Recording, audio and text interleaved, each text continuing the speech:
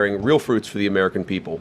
Last night, 12.5 million barrels of oil went through the Strait of Hormuz. That is a high since the beginning of the conflict. Oil prices are down nearly at their level from the pre-war conflict. Gas prices dropped below $4 a gallon today for the first time since the conflict. And importantly, they're going to keep falling further given how low oil prices are. On the military side, the Iranians, for the second night in a row, did not shoot at any ships in the Strait of Hormuz. So far, they are honoring their end of the commitment. And on the blockade, CENTCOM has allowed north of a dozen ships to go through our naval blockade, and so we're also honoring our end of the early part of the agreement. On the military side, a couple of things that are still true and will be true whether the Iranians comply with the rest of the deal or not. Number one, their nuclear program has been completely destroyed. Their capacity for enrichment, the facilities at which they were using to develop enrichment and develop a potential nuclear weapon, those facilities are still destroyed. Their conventional military is still destroyed. Their capacity to threaten their neighbors is still largely gone. And now we see whether they are willing to comply with the next step of the president's peace plan. As you all know, the part of the peace plan, the part of this MOU that I think have been most misrepresented by certain parts of the media is the idea that the Iranians get all these benefits. You will hear things about $300 billion or $24 billion or this or that number of money or amount of money. And the simple fact is that the only way the Iranians get any of those resources, not a single penny, by the way, from the United States of America under any circumstances, but the only way that they would ever get any benefit of the bargain is if they comply fully and change their behavior. And so you really have a win-win situation for the United States of America. If the Iranians don't change their behavior, their military and their nuclear program is still destroyed. If they do change their behavior, then they are going to have a transformative relationship with the Middle East, and the Middle East will have a transformative relationship with the people of Iran. That's a win for the American people and for the President of the United States, regardless of which option the Iranians ultimately choose. We obviously want them to choose the right option. The interesting thing about their system, and I think it's important for the American people to appreciate this point in particular, is that there are real divisions within their country about how exactly to proceed. And what we've seen over the last couple of months is that the pragmatists within the Iranian system, the people who really do want to transform their relationship with the Middle East and with the world, those people are winning the argument. The United States wants those people to win the argument. The United States wants to have a better relationship, but in order for that to happen, the Iranians have to perform. And if they don't perform, as we've said before, they don't get any of the benefits of the bargain. So what I'd ask all of you is just to report honestly that the United States isn't giving up a cent of money to Iran, and even the economic benefits, the sanctions relief and so forth that comes along with this bargain only happens if the Iranians perform. So with that, I want to say thanks to all of you. It's good to be with you this morning, and I'll kick it over to questions. Let's start right over here to the right. Thank you, Mr. Vice President. I wanted to ask a follow-up on something you just mentioned. You talked about the possibility of the current Iranian leadership fundamentally changing their behavior. Do you think that the current Iranian leadership recognizes the leverage that the U.S. holds over itself economically and militarily enough to actually go forth with fundamentally changing their behavior over the long term and going about things differently? So I certainly think they recognize the leverage that the United States has over them. We've seen that in a number of our conversations. We've seen that just in their behavior over the last couple of days. They certainly recognize that the United States has great leverage.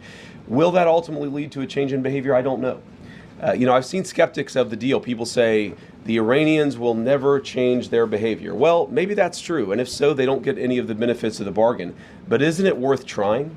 Isn't it worth seeing whether this incredibly weakened position that the President of the United States has put the Iranians under, whether that motivates them to change their behavior, not just vis-a-vis the West, but vis-a-vis the Middle East? And one of the interesting things about this is, the technical details of this we can, of course, get into. There are going to be any number of opinions about the negotiation, about where it's ultimately going to go. But I tend to think that you should trust the people who know the Iranians the best and who have the most to lose. What are the Gulf Arab states saying about this deal? What are they saying about this deal compared to the JCPOA in 2015? This is the Obama nuclear deal. Well, back then, they hated that deal. They felt like it empowered the Iranians to be bad actors across the region, and of course that's exactly what happened. They were right about that. What are they saying about the president's peace deal? They're saying this is an amazingly transformative thing for the region because either way, we and the broader region win. Iran is weakened, their nuclear program destroyed, their economy in desperate straits, and if they change their behavior, big things are going to happen for Iran and for the world. If they don't, no skin off our backs. Either way, we win, and that's the way the president has set up this deal and this negotiation. Thank you, Mr. Vice President. Just a quick housekeeping question, which I think you answered in your topper, but did the 60-day period officially begin yesterday? I would say the 60-day period officially started today. It was signed late, and it may have even been signed technically, because of the time shift. I think it's signed technically today, Iran time. So yes, the deal started yesterday. We're going to start the 60-day clock today. Go ahead. Can you help us understand President Trump's shift on his stance for Iran's ballistic missile program? Initially, it was a key objective to dismantle it. Yesterday, he said it would only be fair if they had some, if the countries around Iran also had some. So when and why did that change? And will the final agreement have any restrictions on these missiles? So we destroyed a substantial number of their ballistic missiles and their ballistic missile launchers themselves. It's not just the bullets, but it's the actual gun. And that's what we were extremely effective at in destroying during the last 3 months of the campaign. All the president said yesterday is that, of course, countries don't give up the right of self-defense. Israel doesn't give up the right of self-defense if Hezbollah fires rockets or drones at Israel. The Iranians don't give up the right of self-defense in their country, but we do expect that as part of the final deal, they are not going to be able to build the kind of missiles that can broadly threaten the entire world. And that's what the President of the United States said yesterday. And look, I mean, it's very simple. You can't tell a country, whether Israel or Iran, they're not allowed to have any self-defense. That's not what the President has asked. That's not what the President has requested. But as part of the final deal, what we want to see is Iran not funding regional instability, funding regional terrorism, and of course trying to rebuild their nuclear weapons program. That's the main thing. The nuclear weapons program is destroyed. It is gone. If the Iranians decided tomorrow to build a nuclear weapon, they simply don't have the capacity in order to do that. What we're trying to ensure is they don't rebuild that capacity, not just a year from now, 2 years from now, but many, many years from now, so that our children never have to worry about a state sponsor of terrorism having a nuclear weapon. Thank you, Mr. Vice President. You were just saying that you're hoping this deal would prevent Iran in the future from getting a nuclear weapon. But from what's been put out there of the MOU, I'm curious, how does the MOU reflect that in the future Iran will not in fact get a nuclear weapon? What's stopping them from down the road, to your point, rebuilding and restarting from where we were pre the war? Well, number one, they would have to get a lot of money in order to rebuild a nuclear program. You're talking about billions and billions of nuclear infrastructure that the United States destroyed. In order for them to rebuild that program, they would have to get a lot of money. And we have them in an economic chokehold right now that we're not going to release until they fundamentally change their behavior. What would that look like? That would mean a real inspections regime. That would mean a real enforcement regime. As the MOU contemplates, that would mean the destruction of their enriched stockpile. All of these things are the sorts of steps you're going to take if you're serious about ending your nuclear weapons program. And that, again, is why I go back to this fundamental trade that's built into the deal. They need money to do anything. Their economy is in absolute dire straits. But in order for them to get any integration into the world economy, they're going to have to show us and verify for us that they are changing their behavior. And that's why the deal is set up in the way that it is. Go ahead. President Trump said yesterday that he was going to blame you if the talks with Iran go sideways. Are you worried that he's going to make you the fall guy? No, not at all. I mean, I think the president was joking, but as he often does. But no, I think, look, the entire team has worked very well on this, and we've got this thing to a very good place for the American people. Now, I have seen some progressive criticisms of me personally saying, what experience does the Vice President of the United States have with hostile, high-stakes negotiations? And I would point those progressive critics to the fact that just 2 days ago, I spent over an hour on The View. So I actually have great experience in very hostile negotiations, and I've used that. I mean, look, Joy Behar is way tougher than the Iranians, and she and I are best friends now. So we're going to get to a good place here. We're going to get to a good place. We're already at a good place. It's just a question of whether we can really get the icing on the top of fundamentally transforming Iran's relationship with the world. Go ahead. Thank you. A couple of just timing questions. How soon, as the MOU lays out, can Iran start selling any of its oil that has sort of been impounded, right, with the blockade? And two, can you sort of explain the Lebanon component to the MOU and how that front works and the enforceability of it? Yeah, so the Lebanon component, this is about regional peace, right? This is about regional peace. And what that means is we expect Hezbollah is not going to be firing rockets and firing drones at the Israelis. And we also expect that the Israelis are not going to be going wild in Lebanon, right? Both sides have to honor their end of the deal. Now, as you guys know, sometimes these ceasefires are a little messy. The President of the United States said this a couple of weeks ago, that a ceasefire in that region of the world just means they're shooting a little bit less at each other than they were before. What you've seen is radical progress in Lebanon, less shooting, less firing, but you're still going to have these little flare-ups from time to time, and that's just the sort of thing that we're going to have to manage through the diplomatic process. Secretary Rubio's been sort of the person on point. It's actually worked out extraordinarily well because we do have substantially less shooting, but it's going to be something we have to manage. And eventually what we want to see is the Lebanese government, the elected representatives of the people of Lebanon, who are able to police southern Lebanon so that Hezbollah is not taking over the country, the Israelis are not threatened, and then consequently the Israelis are not attacking southern Lebanon or Beirut either. That's the plan there. You asked about the Iranian oil. Look, one of the interesting things that you've seen is that the Iranians have been completely unable to sell oil, not because of sanctions, but because of the blockade. Fundamentally, the thing that we have done here, the original, what we give, what they give, is that we said we're going to lift the blockade, we're going to allow you to sell some of your oil, and they're going to open the Strait of Hormuz. We see that process starting to work already. It's going to take a little time before it picks up fully, but that's where we are today. Go ahead. Thank you, Mr. Vice President. The MOU, just on the Strait, the MOU guarantees these 60 days of toll-free passage, but after that it is, of course, led to a regional dialogue with Oman and Iran deciding the future governance of the Strait. A senior U.S. official told us yesterday that they expect Iran to push aggressively on this, but also that Gulf states won't allow any kind of tolls. How strenuously will the U.S. fight to keep tolls out of the Strait and keep any fees away from the future Strait, commercial traffic? And are you going to leave it to the Gulf states to kind of fight this battle? Well, first of all, we believe international waterways should be free of tolls, and that's been our position. That's what you see, of course, in the 60 days of the MOU. And when you say it leaves it open, it doesn't really leave it open, except in the sense that, of course, the final negotiation is going to set the terms of what comes afterwards, right? You said, I think that it's the Omanis and the Iranians, but it's actually the MOU contemplates that the Omanis, the Iranians, and the Gulf Coast Coalition together will figure out a proper security framework for the Straits in the future. And what I mean by that is that we don't ever want this to happen again. Right? That's not about tolling. That's about ensuring that the Straits are never used as a choke point for the global economy ever again. It's frankly not what the Iranians want. It's not what the Omanis want. It's not what the GCC wants either. So what we're going to do, of course, working with our allies in the region, is to ensure that that is reflected in the final deal. And if that's not reflected in the final deal, there's not going to be a final deal. And that is, I keep coming back to this fundamental structural point of this negotiation, which is that we have all the cards. If the Iranians want the benefits of the bargain, they have to give us the things that are necessary to get those benefits. Go ahead. Thank you, Mr. Vice President. We'll do both. Okay, both you guys. There's one in the white and then one in orange, I think. What about the pink? I'm sorry. Okay. Maybe I'm colorblind. It looks more orange to me. I don't want to have a debate about that. Orange, pinkish. You go first, and then in front of you can go second. President. Me first. Thank you, Mr. Vice President.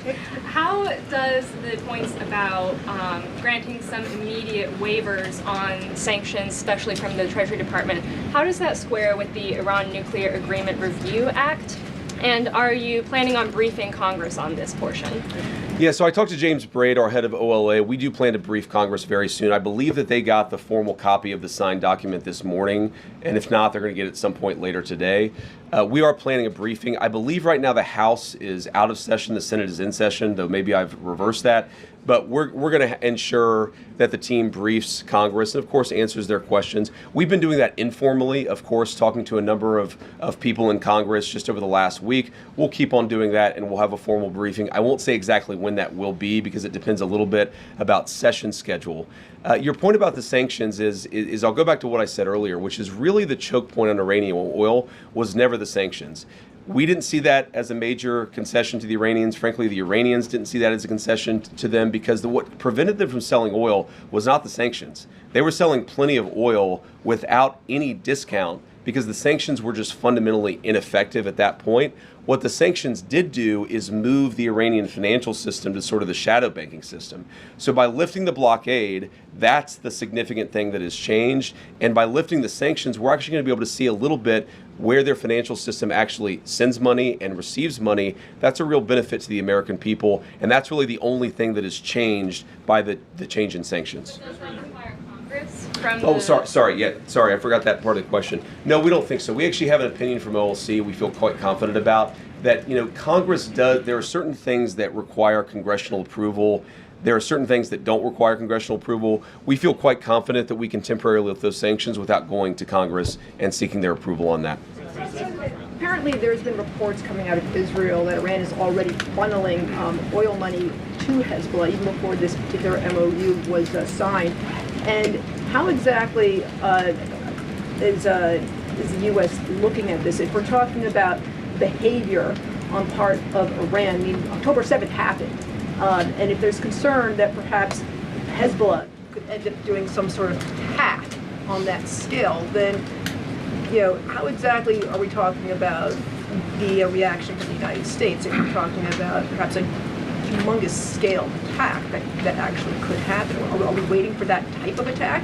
I mean, what exactly is a scale here? Sorry, you said what exactly is a scale? Well, I mean, what type of attack would it take to actually get a reaction from the United States to say, okay, now we're actually going to start dropping bombs on Iran for having bad behavior? Well, we don't want a scale of any attack. Any attack, whatever its scale, is unacceptable under this agreement. Now, you asked the question saying that oil money was flowing to Hezbollah before the MOU was signed. And it's one of the reasons why we are actually engaged in this process is to ensure that no money is flowing to Hezbollah. So it's interesting where people will say that the MOU is bad because the MOU produces consequences that were actually happening well before the MOU was signed. That's not a reflection on the MOU. That's a reflection of why we need the MOU to ensure that we have the regional peace and stability that we need. Now, what I would say to some of the critics of the deal that I've heard that will say, well, Iran's going to get all this benefit. I'll repeat what I've said, and I'm probably going to have to repeat it a number of times, is what is the benefit that the Iranians get that they didn't have before? And the answer is nothing. They don't get anything unless they change their behavior. If they change their behavior, that is a thing to celebrate. That's going to transform the Middle East for a generation. If they don't change their behavior, they don't get the benefit of the bargain. And I think, I got to be honest, I think fundamentally this idea that, and it's a misrepresentation of the MOU, this idea that the Iranians get all these benefits before the deal is actually consummated. The idea that they get benefits before they change their behavior is fundamentally a talking point that is issued by people who want the conflict to continue indefinitely, despite the fact that that's not good for the American people and it's not good for the region. Way in the back.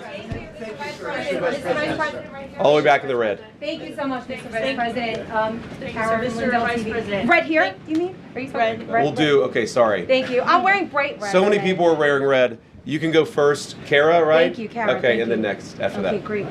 Could you highlight the major differences between this deal and President Obama's deal in 2015 and why the administration believes that this deal is superior? And second, Sure. Mr. Vice President, President Trump has been vocal lately about his disapproval for Bibi Netanyahu's attacks on Lebanon. Has the administration spoken to Bibi Netanyahu directly about the president's concerns recently, and what is the feedback from Israel? Yeah, so we speak to Bibi or speak to somebody in the Israeli government, just as we speak to the Gulf Coast Coalition, our regional partners, pretty much every day, at least at some high level of our government. Look, the president's been very clear. He does not withdraw from Israel. No one could withdraw from another country the right of self-defense. Israel has the right to defend itself. But fundamentally, the Israelis, just like everybody else, have to respect this peace process that is fundamentally good for them and good for the entire region. What the president has grown frustrated sometimes is that we seem to be right on the cusp of a major breakthrough in the agreement, and then all of a sudden there's a major explosion that goes off in a civilian population center in Beirut, and a lot of people who have nothing to do with Hezbollah lose their lives. That's not acceptable. That's the sort of thing that we've asked for closer coordination so that we ensure it doesn't happen. And our message to the Israelis, just as our message to everybody else, is fundamentally, we want this peace process to be good for you. We do not want Hezbollah attacking Israel, but in order to ensure that that happens, we have got to actually build the kind of regional framework that can cut off the money to Hezbollah, cut off Iranian support for Hezbollah, and also ensure that Lebanon's territorial sovereignty is respected by all parties. And the difference between the two agreements. So first of all, the two big differences are not even in the substance of the deal itself, but something I said earlier are, number one, the Gulf Coast Coalition loves this deal because they think that it makes Iran weaker. They hated the Obama deal because they thought that it made Iran stronger. They know more about this, and they have more to lose than anybody, including the United States of America, so I trust their judgment. The second thing is where the deal came from. You have to remember, in 2015, Iran had built a sophisticated nuclear weapons program with a nuclear weapons stockpile. So the perspective that we came at as the United States was, you already have a really nice nuclear program, we're going to bribe you with American money in order to stop it. Our perspective and where we're coming at it is, we already destroyed your nuclear program. And so if you promise and show verifiable pathways to not rebuild it, then we're willing to give you some sanctions relief and things like that. So it's a fundamentally different perspective. Now, there are all these substantive differences as well. The Obama nuclear deal allowed enrichment. Ours will not. The Obama deal allowed the accumulation of stockpiled weapons-grade material. Ours is actually leading to the destruction of that stockpile of enriched material. So there are many differences. The Obama deal gave them over $1 billion of American money. This deal gives them $0 of American money. So a lot of substantive differences, but I think the most important differences are where we're coming at it from a position of strength and the fact that our Gulf Coast partners love this deal. No, sorry. I said the other, all the way in the back. Thank you. Margaret with the Daily Wire. The president has said that if Iran doesn't behave themselves, we're going to resume military action. So what is the red line for what Iran can do before they cross that red line and we do resume military action? Well, it's going to be a holistic approach where we look at their behavior. Are they funding terrorism? Are they leading to attacks of other people? Are they trying to get centrifuges to redevelop their nuclear weapons program? There are all these questions that we're going to ask about whether they've actually changed their behavior. Do they allow the inspectors in as they have promised that they would do, or do they refuse to allow those inspectors in? A whole host of things we're going to see. We're working towards a very successful resolution of this process. But again, it takes two to tango. And what the president's just saying is that we maintain economic, diplomatic, and military leverage that nobody else in the world has. So if the Iranians want to change, great. We're going to help them. If they don't change, we still got all the cards. Thank you. Yeah. Oh, sorry. In the blue jacket. Yep. Right here. This one right here, Mr. Vice President. That's a Navy jacket. Should we have a debate about the difference between blue and Navy? Not that guy, because you give a speech whenever you ask a question. I'm going to give her an opportunity. Sir, have you seen the Pope's reaction to this? Hold on. There's been a lot of frustration guys, you're speaking over the person who's asking the question. There's been a lot of frustrations with Americans, particularly about the gas prices. You touted the fact that they're coming down. The president has gone on True Social touting this. But when should they expect to see gas reach that $3 threshold? Well, I'm not an economist, and I think even the economists would get this wrong, but the fact that you've seen gas come down about 65 cents a gallon on the national average, and the fact that you see oil prices that are basically close to where they were at the very beginning of the conflict, I think you're going to see a substantial reduction in gas prices. I'm not going to predict the exact price. If I was able to do that, I might be in a different business than politics. But we do think you're going to see significant relief at the pump on top of what we've already seen. Thank you, Mr. Vice President. You keep saying that Iran will only reap economic rewards if they comply and change their behavior. But under this deal, they are being allowed now to sell their oil freely. Again, how is that not a financial benefit? And they're being allowed to do that without making any new concrete nuclear commitments. So can you explain how is that not lopsided? Well, first of all, they've made very concrete nuclear commitments. They have committed to the destruction of the highly enriched stockpile that they have in their possession. But number two, all we've done is lift the blockade in the Straits of Hormuz. We basically returned it to where it was before the conflict. The blockade is off. We put that in after the conflict started. The straits are now open. That's not a new benefit to the Iranians. They were selling oil for many, many years, well before we ever put the blockade. We opposed that blockade. They stopped selling oil, and now we've lifted the blockade in order to promote the free flow of energy across the world. Go ahead. A U.S. official described having secured some of these quote-unquote gentlemen's agreements with Iran on certain aspects of the negotiation. So when it comes to highly enriched uranium, can you walk us through what's been secured, even in these kind of gentlemen's agreements, on how exactly they're going to get rid of the stockpile? Are there agreements on low-grade enrichment? How long is the moratorium on enriching uranium for Iran? And are any of these gentlemen's agreements written down anywhere? So some of them are written down, but fundamentally, whether they're written down or spoken, this is why we structured the deal that we did, because we don't trust words. We trust action, and we trust conduct. And so we're going to reward conduct, and we're not going to reward any words, whether they're written on a sheet of paper or not. There's a lot of discussion, the MOU, the gentleman's agreements, the final deal. Words don't matter, ladies and gentlemen. We're about verification. And so what we're going to do is to say, if they do the things that they have promised to do, they have promised not to enrich. They have promised that they would allow inspectors in to destroy that highly enriched stockpile, and then of course it's not usable anymore, you take it somewhere else. They promised a number of things, and that's why the deal contemplates a number of benefits if they do those things. But it doesn't do anything if they don't actually meet those promises. Go ahead. Follow up on that, sir. Go ahead. If they don't follow through with their commitment, will the U.S. go back to imposing sanctions and the blockade, or does Iran get to keep some of the concessions that it has already secured? Well, first of all, the sanctions are still on, with the exception of the oil sanctions, which I talked about were no longer effective. The purpose of the oil sanctions is to drive down how much Iran is charging for a barrel of oil. Those sanctions had stopped being effective. The blockade is what's effective. And again, that's the thing that has changed in accordance with them opening the Strait of Hormuz. No sanctions will come off unless they perform the benefit of the bargain, and every sanction will come back on.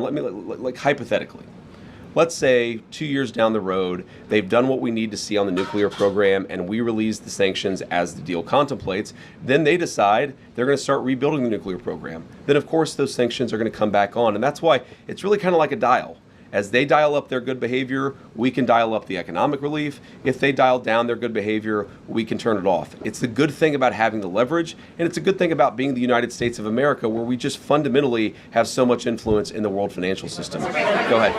Thank you, Mr. Vice President. Thank you, Mr. Vice President. Leader Thune said it's unrealistic to get the Save America Act passed by attaching it to FISA, which is what the president's looking for. Do you believe this is possible? Well, why don't we try?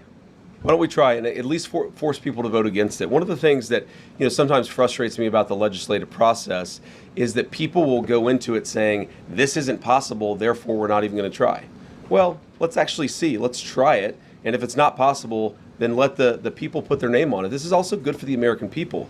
How many American senators know that the American people love the Save America Act because they believe in voter ID? But how many of those same senators don't want to vote for it because they know that the radical elements within their own party would punish them for it? Let people go on the record and actually answer to the American people, which is why I think we should do exactly as the president said. Rob.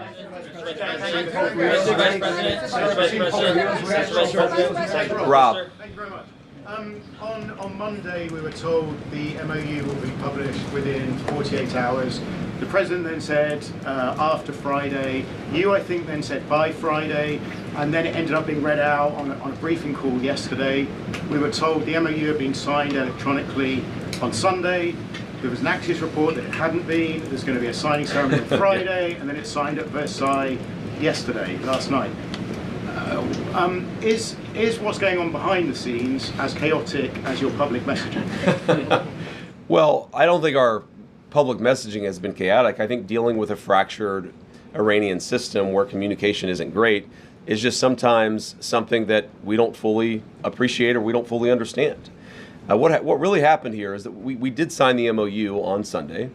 That locked into the terms of the deal. What the Iranians came to us and said is, we'd like not to release the text until Friday. I didn't really understand that. I wanted to get the text out immediately. But in order to be accommodating to them, we said, sure, okay, we'll wait until Friday. And then what happened over Monday, Tuesday, the president was in G7, maybe foreign leaders were talking to the Iranians and encouraging them to do that. We were definitely saying to them, we understand your desire not to have the text out until Friday, but we live in a democratic system. The American people want to see the text of this deal. We would certainly like to get it out as soon as possible. And so they came up with having their president sign it, our president sign it, and then just releasing the text as a signed document immediately at that point. I do wonder, Rob, this is pure conjecture, I'm just guessing at this. I wonder if part of it is that they wanted to have a Persian translation, a Farsi translation that they felt good about. And then, of course, once they translate it into Farsi, our State Department has to confirm that the Farsi translation matches the meaning of the English. I think that is part of what was going on here. But the text is out there now. We said that we would be transparent about it. But the reason why it went back and forth a little bit about when exactly the text would be released is just we were trying to show good faith to the Iranians, who, for reasons I have no idea, cared a lot about how the text itself was rolled out. Blue tie there. Thank you very much. Thank you very much, Mr. Vice President. As you know, because you were involved in this process, the MOU allows for Iran to sell its oil right away, which means that Iran can take in on a monthly basis tens of millions of dollars. Iran's economy was in tatters. How is this not essentially giving a lifeline to Iran economically? And what's to prevent Iran from using all of that money, all of those millions of dollars, to prop up its proxies in the region? Well, the number one thing is that we actually see where the money moves now because of what we've done with the financial sanctions. We actually know where the money is going to move. And so we have great confidence that we're going to be able to see if they try to fund terrorist organizations, we're going to be able to see that. But you said that millions of dollars is a lifeline. Right now, the Iranian nation is a nation of 94 million people. Their economy is in a free fall. They have sky-high inflation, and fundamentally, about $1 trillion of damage to their industrial base was caused over the last 3 months. The idea that selling a few $1 million worth of or a few $1 million worth of oil is going to fundamentally transform the Iranian economy, that's just not true. We thought that it would be good in order to lift the blockade and open the Straits of Hormuz to allow the free flow of energy. We felt that it was reasonable that if we're going to allow everybody else to sell their energy during this period of negotiation, we would allow everyone to sell their energy. That's all we're doing. We can slap everything right back on if the Iranians don't make the deal that we expect. Either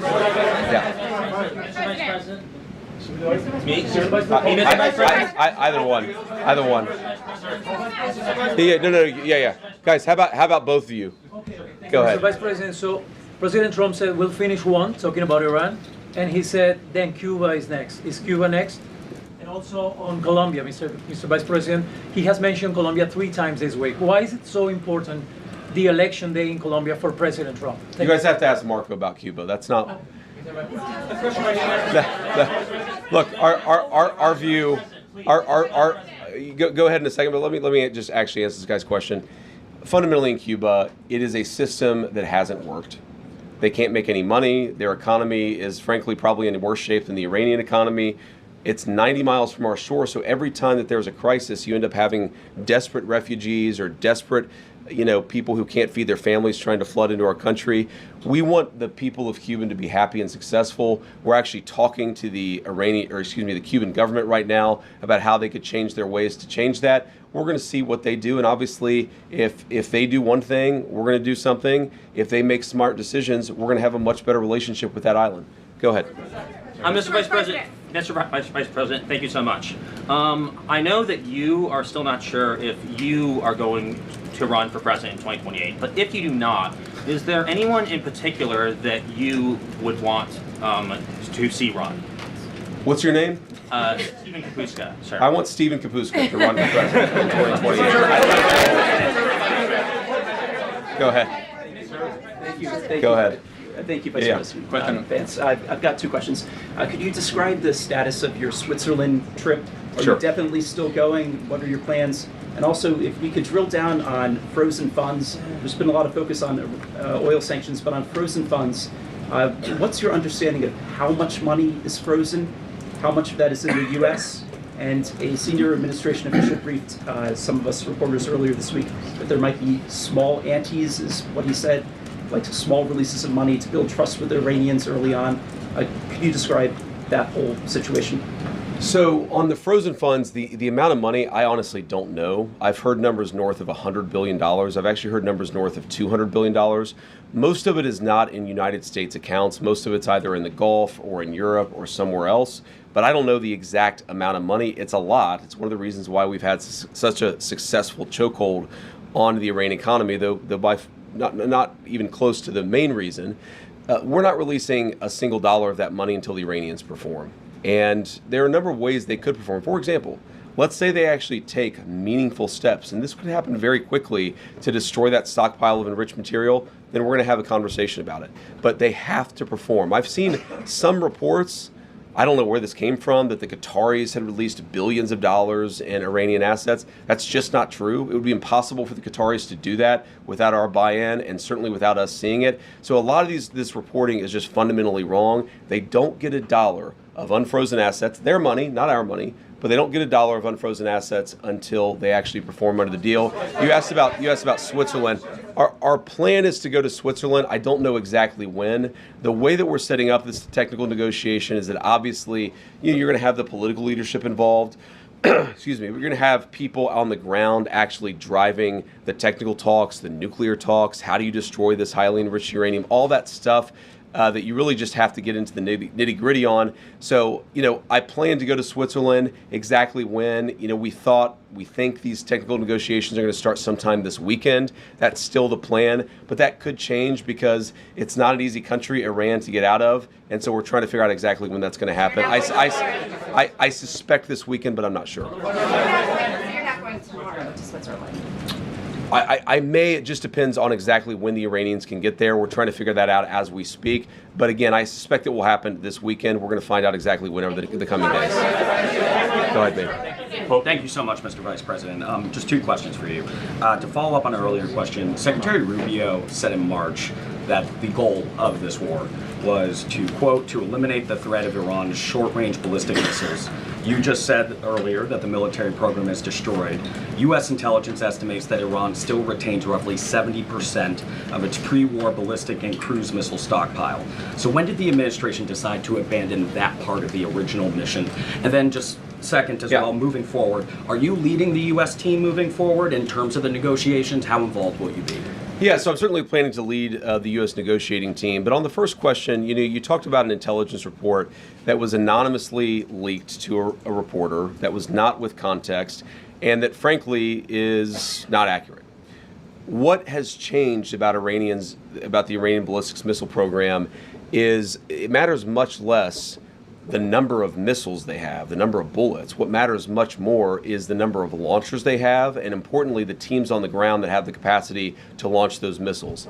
Their ability to launch missiles has been substantially degraded. Is it zero? No, but it's substantially degraded, and in that sense, we haven't abandoned the mission. We have accomplished that particular part of the mission. If you look at the Gulf Arab allies, and obviously the Israelis who faced a lot, the two of them together faced a brunt of these missile attacks, each of them feels substantially safer today from the Iranian missile threat than they did before. Obviously, that is something that we would like to continue. All the president said yesterday is that you can't expect any country to give up its right of self-defense. You have to have parity, and that's what the president of the United States was talking about. Go ahead. No, guys. Yeah. Leo's reaction to the MOU, the Memorandum of Understanding. I have it. What did he say? All right, okay. Well, I'll give you the short version. Sir. Yeah, sorry. Okay. He said. Go ahead. After you. I'll give you the short version. All right. He says he welcomes the agreement between the U.S. and Iran. He says it hopes it will help strengthen mutual trust, security, and stability in the Middle East. And he also hopes that it's truly a solution to the war and that the war is really over. What do you say to the Pope, sir? My response to that is praise Jesus. I'm glad that the Pope has positive things to say about our MOU. I think that the Pope is fundamentally accurate, and it's going to be good for the entire world, but we got to keep working at it to make sure that the Iranians honor the commitments that they've made. And then yes, you in front. Go ahead. How's your book going? Guys, with the thing is, there's so many people in here. I could say the red tie, and then 9 of you start shouting at us.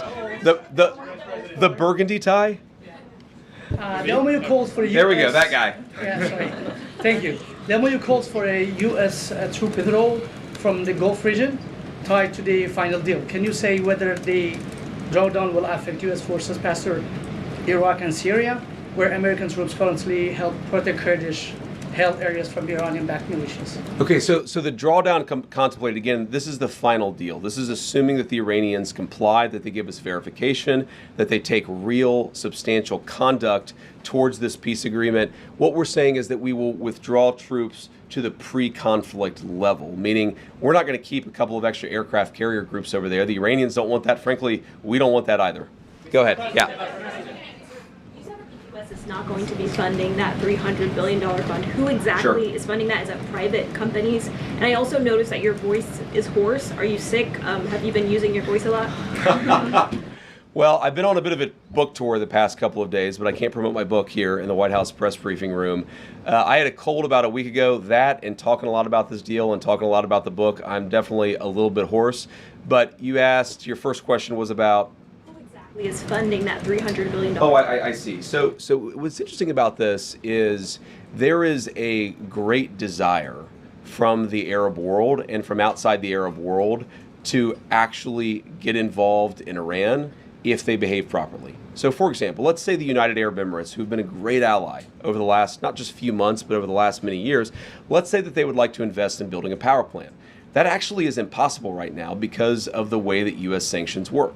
And so what we're saying is that if you behave, and if the Emiratis themselves want to build a power plant, then we will do the sanctions relief necessary to make that possible. The good thing about that is that it actually creates integration, which is leverage. A world where the Gulf Coast Coalition has greater leverage into the Iranian economy is a world where the Iranians are going to be heavily prevented from misbehaving. So it's a lot of the Gulf Coast Coalition, again, they see that Iran is weakened, they see there's an opportunity to build a new relationship there, and they're saying if they behave, and if the United States is willing to allow this to happen, then absolutely we want to change our relationship with Iran. No, well, I mean, I assume that in the United Arab Emirates there would be private money and so forth that would be part of this. But again, this is so far in advance because it assumes a transformation in Iranian behavior. Sir. Thank you so much, Mr. Vice President. As you know, the Iranian-backed groups in the region were involved in this war, and they damaged U.S. facilities and your allies as well. How does this agreement affect Iran-backed groups across the region, especially the Iranian-backed groups in Iraq? And my second question, this agreement requires Iran to stop attacking the Kurdish opposition in Kurdistan region, which they did 2 days ago. So what this agreement does fundamentally is it requires Iran to behave like a normal country. And if it doesn't, as so many people think that it never will, then it doesn't get any of the economic benefits. And if they do, then that's a great thing for everybody. It's a great thing for the Kurds. It's a great thing for anybody who has been under the brunt or under the threat of Iranian-funded terrorist organizations. The expectation is that Iran will stop that, and if they don't get the benefits of the bargain. John. Thank you, Mr. Vice President. Many of the colleagues that you served with in the U.S. Senate and Republican Conference have criticized this deal over the last 24 hours. What is your message, Mr. Vice President, back to them? So I guess I would say to anybody, any of the critics, is number one, have a little bit of faith in the President of the United States. The idea that he is going to strike a deal that's been bad for the American people, it's preposterous. He is the person who has had the courage to fundamentally transform our relationship with Iran and with a lot of other countries over the last year and a half. He believes in this deal. He is going to see it to completion, and if the Iranians don't comply, we still have every single tool and point of leverage that we have today. That'd be message number one, is have a little faith in the president's ability, given that he's got us this far, to take us the final step. The second thing that I would say is so many of what I've read or heard that people believe about this deal is just fundamentally untrue. It is a memorandum of understanding. It is fundamentally a principle that, yes, the Straits of Hormuz are going to be open immediately, and they already are. Yes, they're going to give up their highly enriched material, but they've got to actually do it. It's about conduct. It's about rewarding good conduct and punishing bad conduct, which in some ways is what we've been doing for the last 3 months vis-a-vis that country anyway. So many of the criticisms, I saw Lindsey Graham came out with a positive statement after expressing some concerns. I think that when people get to understand not just the agreement, but our negotiating posture as a country, they will realize this is an excellent thing for the American people, but that's part of our job. We've got to tell the story about what this means for Americans, how it's going to make all of us safer and more prosperous. That's why I'm here talking to everybody, and we're going to keep on telling that story in the days and weeks to come. Go ahead. Thank you, sir. Jordan Conradson with the Gateway Pundit. I want to talk back to the Lebanon component of the deal. There's a report in Axios that Netanyahu's fuming over this. Israel doesn't feel bound to the MOU as it relates to Lebanon. If, as you mentioned, your frustration with Israel striking in Beirut, hitting apartment buildings, if that continues, could it torpedo the deal? And what would the U.S.'s response be to a broader war in Lebanon involving Israel and Hezbollah? Yeah, well, I don't want to get into hypotheticals that could torpedo the deal, because I think the president's expectation is that all of our friends, the Israelis, the Arabs in the region, we're going to work together and actually see this deal to completion. Now, I saw the Axios report, that Netanyahu is fuming. That's not reflective of the conversations that I've had with him, but maybe he's saying something to somebody else that he's not saying to me. What I will say, and this does bother me, is that you have seen people within Bibi's cabinet who have come out and attacked the deal, and in some ways very personally attacked the President of the United States. And I guess my message to them would be twofold. Number one, Donald J. Trump is the only head of state in the entire world who is sympathetic to the nation of Israel at this moment in time. And he happens to be the head of state of the world's superpower. If I was in the cabinet of the Israeli government, I might not be attacking the only powerful ally that I have anywhere left in the entire world.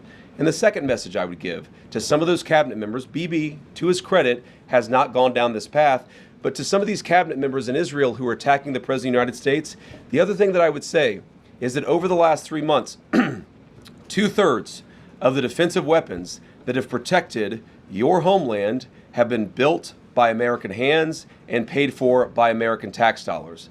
The problem for Israel is not Donald J. Trump. And anybody in Israel who thinks their biggest problem is the President of the United States needs to wake up and smell the reality of the situation that country is in. Thank you all. What have you learned about going to war against Iran? Is the blockade still in effect, sir, or no longer in effect?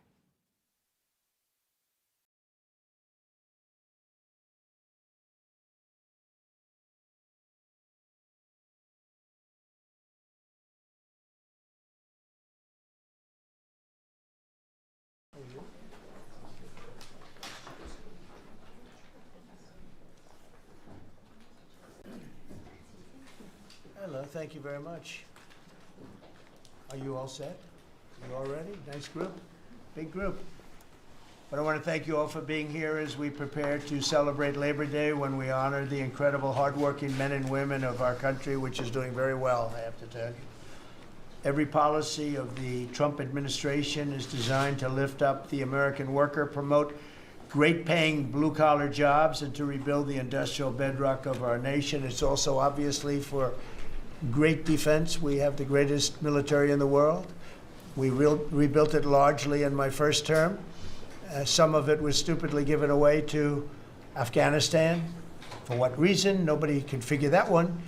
But it was still a relatively small amount of what, if you compare. The concept of what they did, however, is just incredible. But the country is doing well. We're respected all over the world like never before, probably. We went to NATO, as you know, and they went from 2% to 5% of GDP.